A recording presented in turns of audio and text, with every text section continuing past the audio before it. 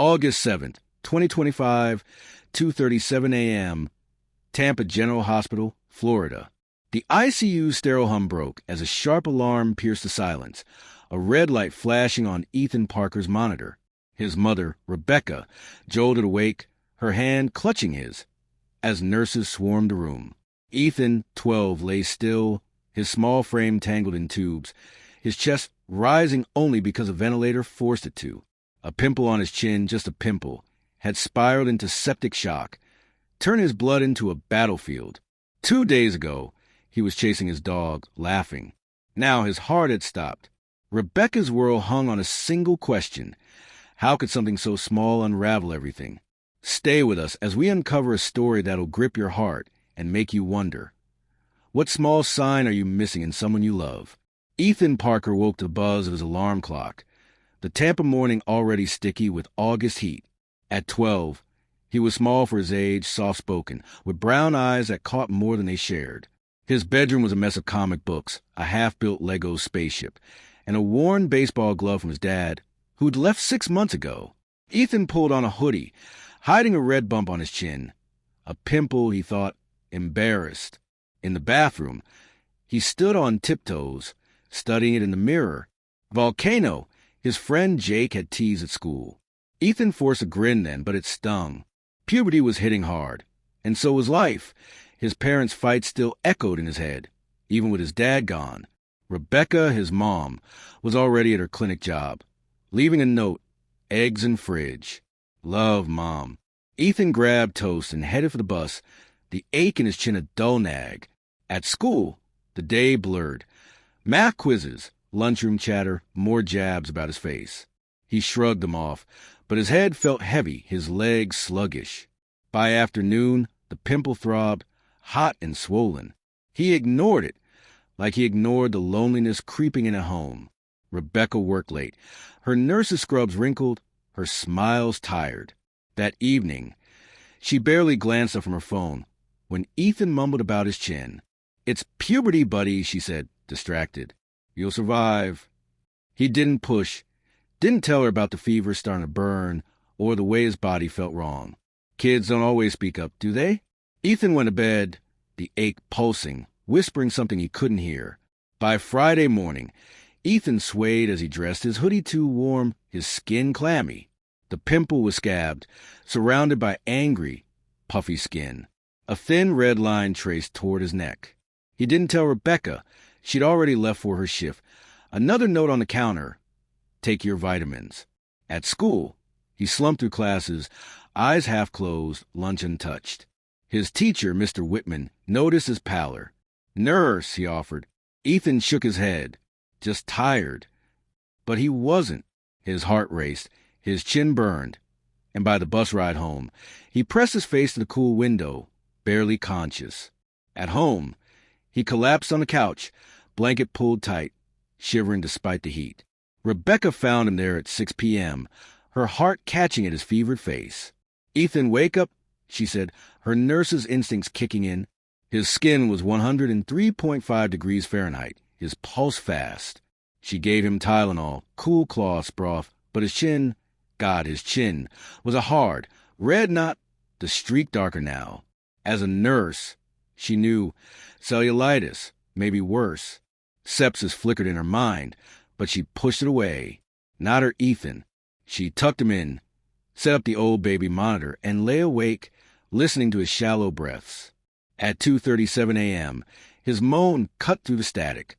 "Mom, I feel weird," he whispered, curled tight, sweating. "Everywhere hurts." Rebecca's dread solidified. This wasn't just a fever. This was war. Have you ever missed a sign in someone you love, thinking it was nothing? What small hurt might be screaming for your attention. Urgent care was a blur of coughing kids and stale coffee. Ethan slumped against Rebecca, too weak to sit upright, his skin mottled, his breathing shallow. The physician assistant, young and breezy, examined the swollen mass on his chin. "Nasty infection, probably cellulitis," he said. "Antibiotics will knock it out." Rebecca hesitated, mentioning the fever, the lethargy, the red streak now crawling toward his collarbone. "Could be spreading," he admitted, prescribing broad-spectrum antibiotics. If it worsens, go to the ER. Rebecca nodded, but her gut churned. She'd seen sepsis cases at work, patients who crash fast. But Ethan was her son, not a chart. She drove home, his head lolling against the window. By evening, Ethan's fever hit 104.1 degrees Fahrenheit. His breathing hitched, his pulse a galloping 140. Rebecca called a nurse line. They said ER, now, at Tampa General. The triage nurse didn't hesitate.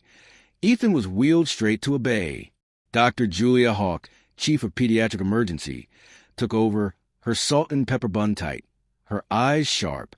Sepsis, she said after checking vitals. Likely from that skin infection.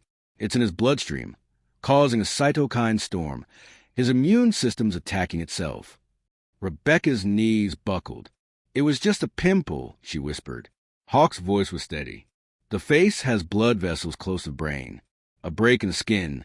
Staff gets in. It's a highway to chaos. Ethan was moved to the pediatric ICU, a forest of machines, ventilator, for pumps, monitors. His blood pressure was 88/50, heart rate 136. Fluids, antibiotics, and vasopressors flooded his system. The red streak on his neck faded, but his face swelled, his organs strained. Rebecca stood outside the glass partition, watching nurses adjust tubes, her son's chest rising artificially. Dr. Lerman, a critical care specialist, joined the team, noting high lactate, rising creatinine, dropping platelets, early multi-organ dysfunction. The staff's releasing toxins, he explained. His body's in overdrive, damaging itself. Rebecca gripped the railing. A pimple, she repeated, hollow. At 2 a.m., an alarm screamed. Cardiac arrest. Rebecca slid to the floor as the team swarmed. Dr. Hawk ordered epinephrine compressions, defibrillator shocks. 3 minutes stretched like years. Sinus rhythm. A nurse called. Ethan was back, barely. Hawk knelt beside Rebecca. We're escalating to ECMO, heart and lung support. It's his best shot. Rebecca nodded, numb. Specialists inserted cannulas. Blood flowing to the ECMO machine, dark to bright red. It was violent, mechanical, but it kept him alive.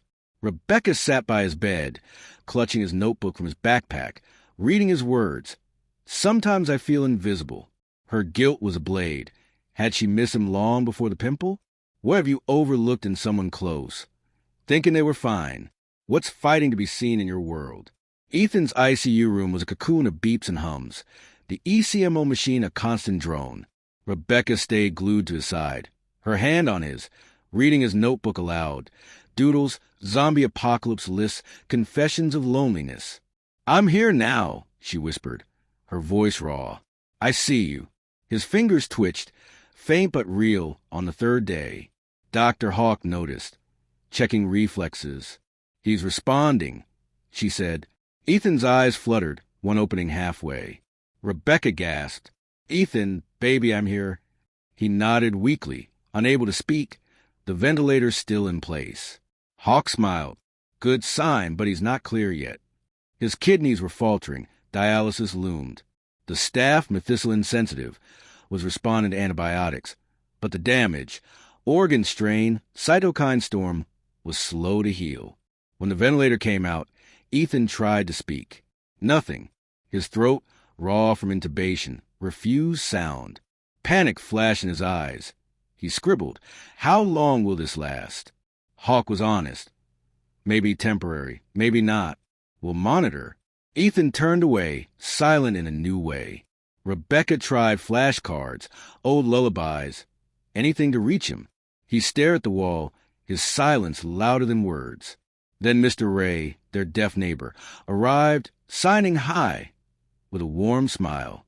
He wrote, I can teach you. For 30 minutes, the room filled with hand movements. Mom, scared, strong. Ethan's first smile broke through, small but real. Rebecca learned ASL2, practicing letters with Ethan, their fingers mirroring each other. A like apple, B like brave. Ethan signed, you're brave too. Rebecca laughed, tears falling. I stayed, he signed. She nodded. Always. Nurse Leah, who'd suggested signing, brought ASL flashcards. Mr. Ray returned daily, teaching hope, love, home. Ethan's silence became a new language, binding them. His vitals stabilized, kidneys improved, ECMOs removed. 6 weeks later, he walked into school, thinner, quieter, a beanie hiding his sparse hair. Jake, his friend, sat with him at lunch. "Glad you're back," he said. Ethan wrote, "Small things can be dangerous." Then signed, "Me too." At home, Ethan gave Rebecca a drawing, her at his bedside, him smiling. "I saw you," he wrote. She hugged him, whispering, "I saw you too." On the porch swing, he shared his fog dream, the choice to return. "I heard you," he wrote. Rebecca's heart swelled. His journal entry for school read, "A pimple was a test. I passed. Small things matter." Rebecca read it, smiling. Nothing was small anymore. What small moment have you missed that could change everything? Who needs your eyes on them right now? Ethan Parker's story began with a pimple, a tiny mark that hit a lethal invader. Staph turned his body into a battlefield, nearly stealing a 12-year-old's life. But it also woke his mother, Rebecca, to the quiet wounds of a boy who felt unseen. From a hospital bed, through silence and signs, they rebuilt their bond, learning to speak without words, to see without distraction. Ethan's scar, faint now, is a reminder. No hurt is too small to notice, no love too quiet to feel. He's back at school, signing with friends, carrying a strength forged in crisis. What's the small thing you're overlooking? A child's question, a subtle change. Don't wait for an alarm to wake you. Look closer, listen harder, hold tighter. Share your story below. What small sign changed your life? Subscribe, and let's keep shining light on the truths that matter most.